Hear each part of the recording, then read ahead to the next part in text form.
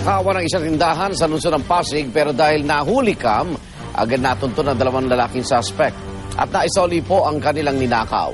Darito ang exclusive report ni Emil Submangil.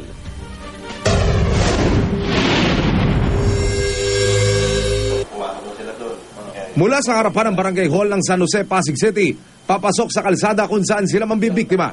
Unang makukunan ng mga suspect na tila namamasyal nang pasukin na nila ang tindahan sa ikinilos ng dalawa. Animoy sila ang may-ari nito at mga lehitimong taga rito. Higit 1 minuto silang nagtagal sa loob ng tindahan. Maya-maya, patakbo na silang lumabas na nagtatawanan pa, bit-bit ang pera at cellphone ng biktima.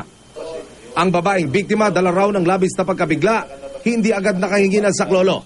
Gayunman, ang tinakasan at ang mga eskinitang tinakbuhan ng dalawang suspect, armado ng 10 CCTV camera.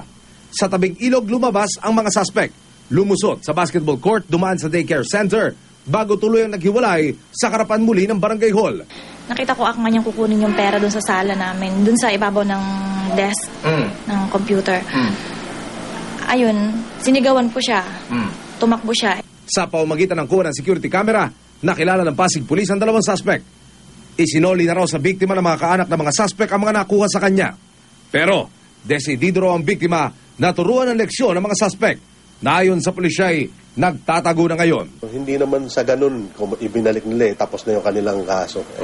Sa ngayon nasa presinto po yung nagre-reklamo, nagpapail ng reklamo, kaukulang reklamo dyan sa mga nagnakaw. So tinuluyan. Para sa unang balita, Emil Subangil, reporting. Tulungan po natin ang mga otoridad na lutasin ang krimen. Kung nahuli kam nyo mahalagang balita sa inyong lugar, ipadala lang po ito sa U-Scoop. Paalala lang, yun lang mga pagmamay-ari ninyo ang pwedeng ipadala sa amin.